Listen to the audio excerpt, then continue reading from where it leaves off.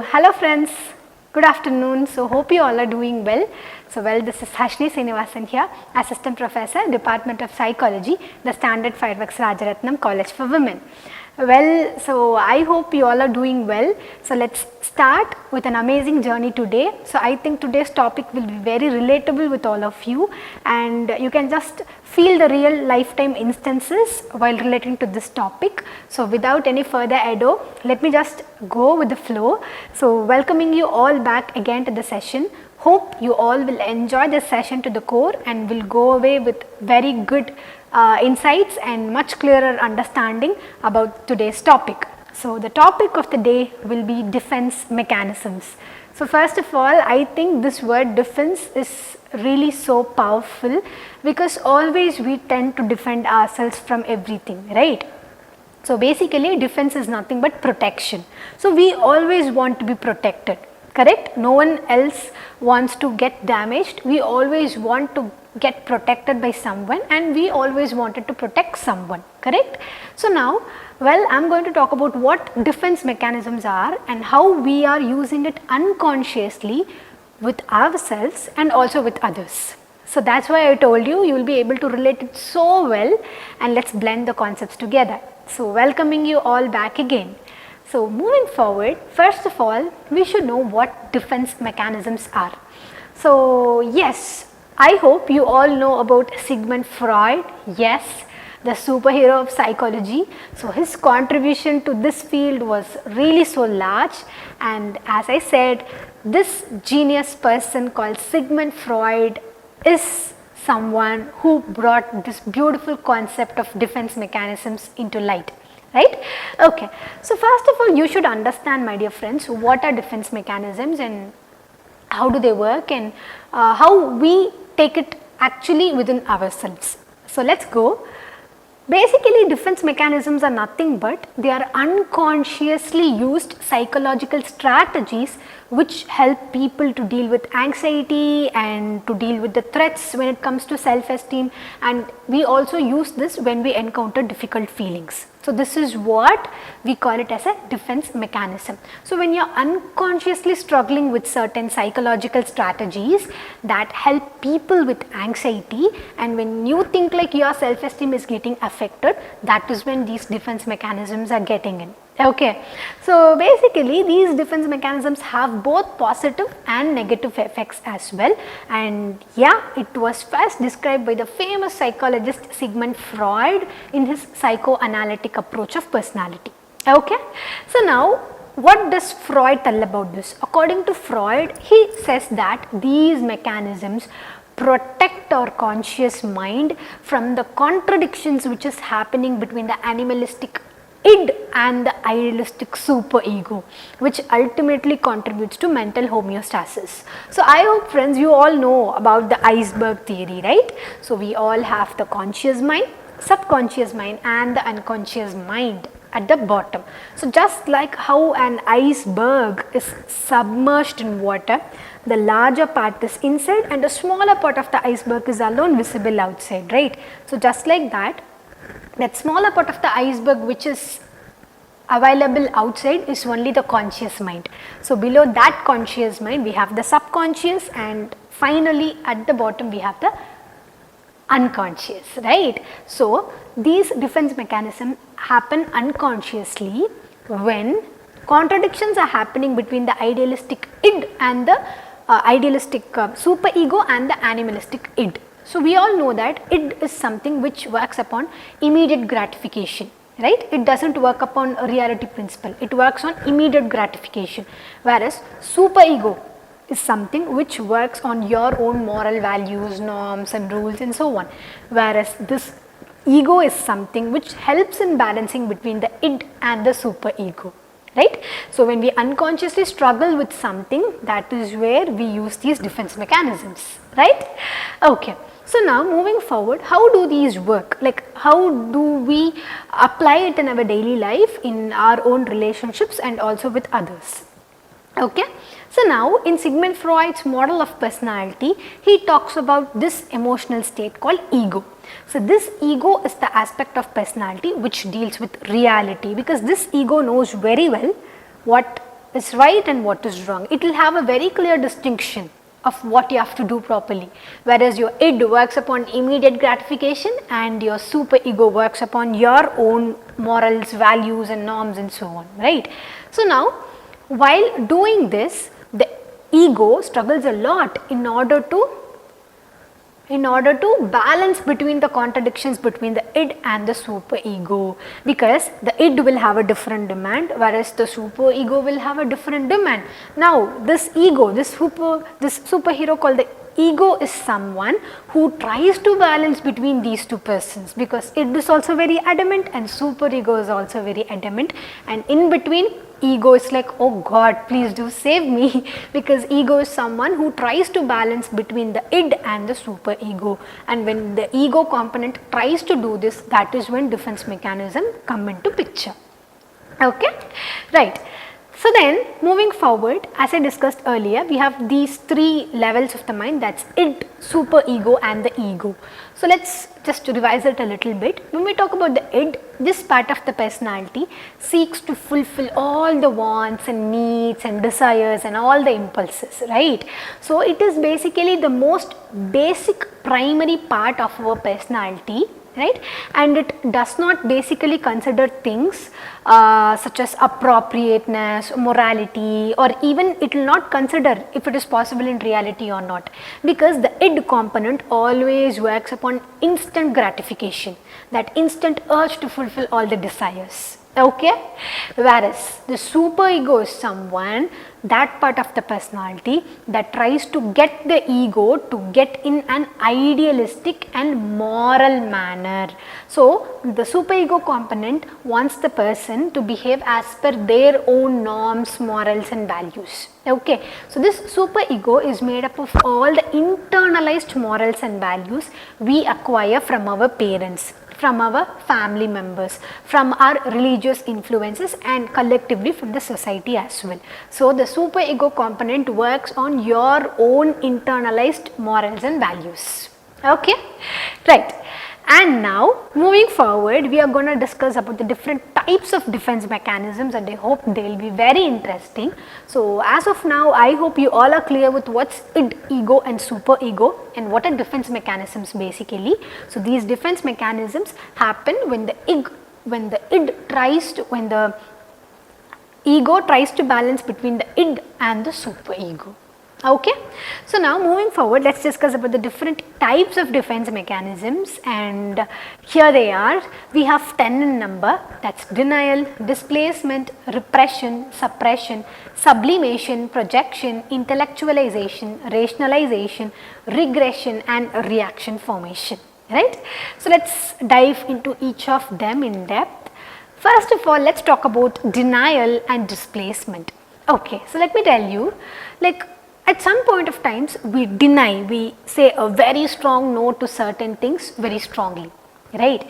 So that is what I call it as denial. So denial is basically one of the best known defense mechanisms where there is an outright refusal, or that person is unable to admit or recognize that something bad has occurred or that something bad is currently occurring. They will not be matured enough, or they will not be enough to accept the fact that something is happening wrong or something bad has happened.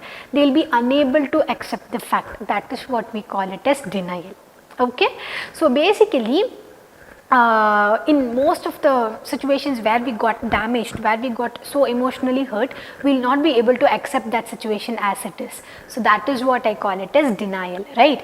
Say for example, when a person is a victim of a violent crime, then that person will deny that such a thing has not happened to them. So that is what I call it as denial. And next, let's go ahead with displacement. So well, this particular defense mechanism is something which everyone would have used. So say for example, you had a very bad day and the colleagues at your office yelled at you, you are so irritated, and straight away you go to your home and you shout out at your spouse or your children. Hope this would have happened with you, right? Or you would have seen this happening. Yes. So then you are right, that defense mechanism is what we call as displacement. So rather than expressing your anger in ways that could lead to negative consequences, like if you had a bad day, you should have argued with your boss because he was the one responsible for your bad day, right? But you are not doing it instead, because if you argue with your boss, it would obviously lead to negative consequences. So you just shift away your negative emotions to someone who is not so powerful to talk to you back. You shout it on your children, or you shout it out your spouse instead, right? So this is what I call it as displacement. So being angry at your boss, but you're taking your anger on your spouse or on your children or on any object or person who's not powerful enough, right? So that's what I call displacement. So hope you are clear. Next, let's move ahead with regression and suppression. So well, talking about regression, according to Freud, he just talked about the 5 different psychosexual stages, right? Oral, anal, phallic, latency and genital stage, right? So according to Freud, the behaviors associated with regression can vary depending on the stage or which stage the person was struck up. Okay, so say for example, when the development of that particular person was struck up at the oral stage, then that person would smoke more. Okay, and say for example, hugging a teddy bear, like you feel so relaxed while hugging a teddy bear when you are stressed. That gives you a very calm and a relaxing feel. Then that tells you that you were just struck up in your psychosexual stages of development, right? So that is what I call as regression. So regression is nothing but it's a defense mechanism which you use when you are under stressful times. You go back to your psychosexual stage of development in which you are struck upon. Okay, and next we have this this defense mechanism called as suppression. So what's suppression basically? You would have learned this word called don't suppress your emotions. This is very common nowadays, right? So suppression is nothing but you consciously keep the unpleasant information strictly away from your conscious mind. You do it consciously, you know very well what's happening, but you consciously keep those things out of your mind, right? Say for example, like someone was being abused as a child during their childhood, but they choose to just push it out of their mind because they don't want those negative memories, they don't want to process them, they don't want to take it into them. So they consciously put those negative memories and negative experiences out of their mind, and that is what we call as suppression. Okay, so hope you are clear with regression and suppression. Next, let's move ahead with sublimation and projection. So these things are a little bit interesting, guys. So sublimation is nothing but a defense mechanism which allows you to act out the unacceptable or the intolerant impulses by connecting these behaviors to a mere acceptable behavior. Say for example, you're so angry and you're so upset, instead you put it out on something which is acceptable. So in order to get relief from this tension, you go out for a walk. So in this case, you are converting an unacceptable impulse into something, into some behavior or into some action which is acceptable. Okay, say for example, you're really so angry, you're not able to process those emotions, you're not able to vent out the anger. So instead you just go and perform a very bad kickboxing and you feel like you're relaxed. So that's what I call as sublimation. So this is a defense mechanism which allows you to act out an unacceptable impulse by converting those behaviors into a merely acceptable form. Clear? Perfect. So next let's talk about projection. So this projection is something which we and others would have used many a times. Yes, so it's a little bit famous. So projection is nothing but it's a defense mechanism which involves taking your own unacceptable qualities or feelings and describing them that the other people have it. Say for example, you are not putting efforts in a relationship and you're blaming the other person that he or she is not putting efforts in the relationship. The thing is, you will project that all those things and all those struggles are happening because of the other person, and you're not even ready to look at what's wrong inside you, what you have to change inside. So that's what I call as projection. Okay, so for all of your feelings and for all of your thoughts and emotions, you blame others around you and you never look back inside you. Okay, so that's projection. Say for example, you feel attracted to someone, right, other than your spouse, like you have your spouse but you feel attracted to others, then you will project the feeling that your spouse is cheating on you and that's why you are looking at other person. So can you relate to it? So here the problem is with us, but we project it on our spouse. So that's what I call as projection. So this is a defense mechanism wherein you turn your own acceptable impulses or qualities or feelings and blame it on the other person. So that's what I call as projection, right? Okay. So now moving forward, next let's talk about, we are done with sublimation and projection. Next let's talk about intellectualization and rationalization. So this intellectualization is a defense mechanism which allows us to avoid the experiences about stressful things, and we tend to restrict the emotional aspects of the situation. Rather than that, we replace it with a logical explanation. Okay, so say for example, a person was diagnosed with a terminal illness, he is suffering really so much because of it, and in order to just get away out of that distress, what he says is that he will never come in face with the reality. Okay, and he will be never ready to feel those feelings about it. So that is what I call as intellectualization.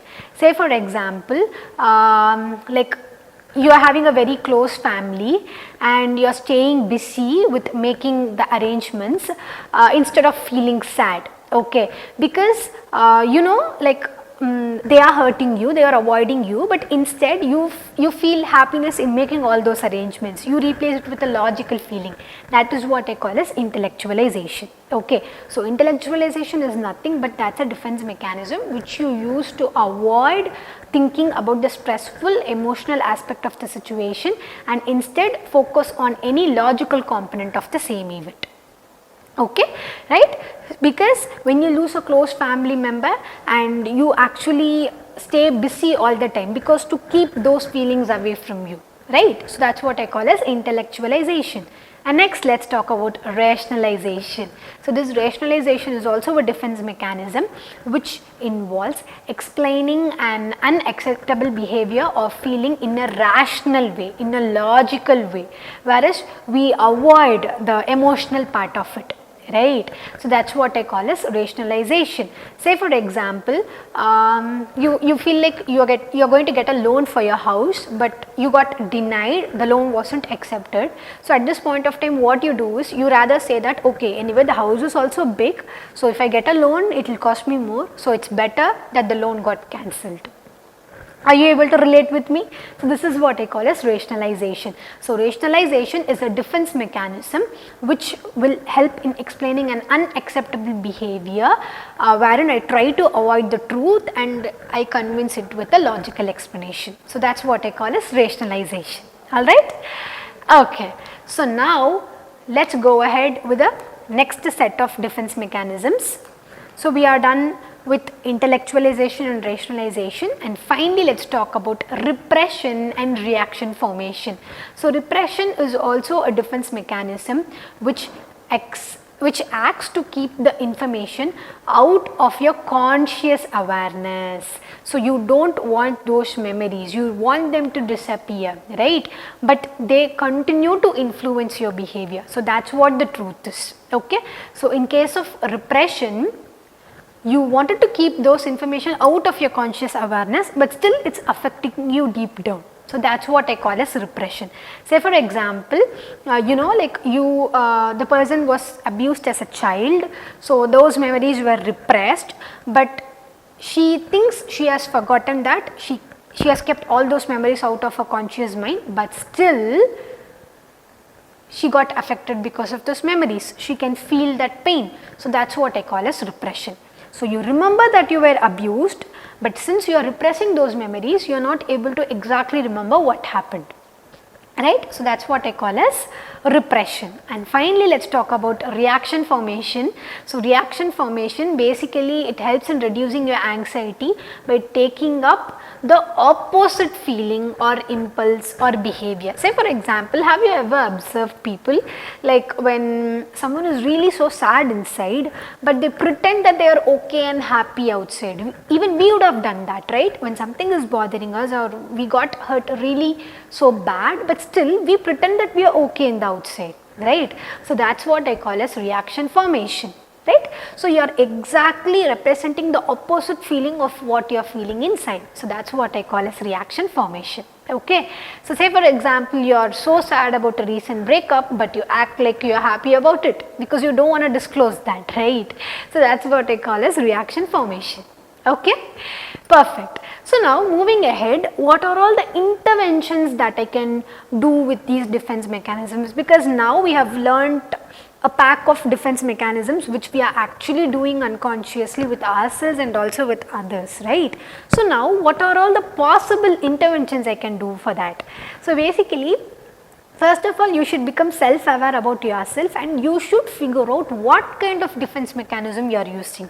Because now, I hope my dear students, you have a little bit clarity about what and all defense mechanisms are happening, right? So you should know what I am exactly doing and with whom I am exactly doing. We have to be self-aware about that, right? And once you become self-aware about that, you can go for psychotherapy, right? Particularly talk therapy, because the individuals can explore their own thoughts and feelings behind those defense mechanisms, why that's even happening, what thought or feeling is bothering me, right? And along with that, you can also use several strategies like stress management techniques, mindful practices, and addressing your core needs and addressing the underneath mental health conditions if anything is present and so on.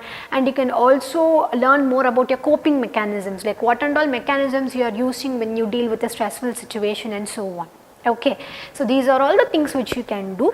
So first of all, you should be aware about what defense mechanism you are using and when you are using it and at what contexts. So once you become self-aware about this, you can go for interventions like psychotherapy and so on, whereas you have to get more clarity about your own thoughts and feelings, and when you are a little bit clear about it, the further way will be very easy for you. And you can also try to manage your stress, your mindfulness, your gratefulness, your journaling, and when you have your thoughts and emotions and feelings categorized, handling these defense mechanisms is really a very easy task, guys. Okay, well, so with that, here comes the end, and hope you all traveled with me today and hope you all were able to follow the concepts as well. So just giving you a glimpse of today's session, we learned what are defense mechanisms. Hope you remember that. So these defense mechanisms happen unconsciously when the ego tries to balance between the id and the super ego, right? Because both of these things have counter demands. So when a person deals with anxious or an uncomfortable or a bad experience, that is when these defense mechanisms come into picture, right? So the ego tries to balance between the id and the super ego, and unconsciously defense mechanisms happen, right?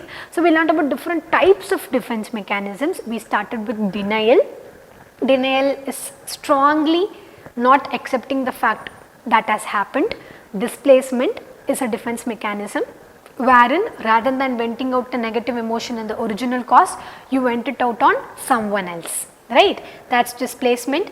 And next we have repression and suppression. Repression is nothing but you move back to the psychosexual stage of development in which you got struck upon. And finally we have suppression. Suppression is consciously moving out the bad experiences from your mind. And after that we have intellectualization. Intellectualization is somewhere wherein you replace your bad experiences with a logical component, and rationalization is something wherein you displace your negative experiences with a rational part, with a positive thought. You try to motivate yourself and so on. And finally we talked about repression, which is nothing but you just wanted to push out the negative memories from your mind, but still it's affecting you, correct?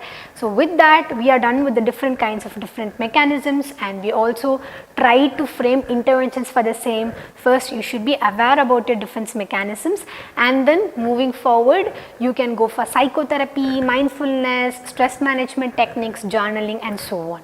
Right? So hope you all enjoyed the session today, my dear friends. Thank you so much for joining, and keep learning. Take care. Thank you.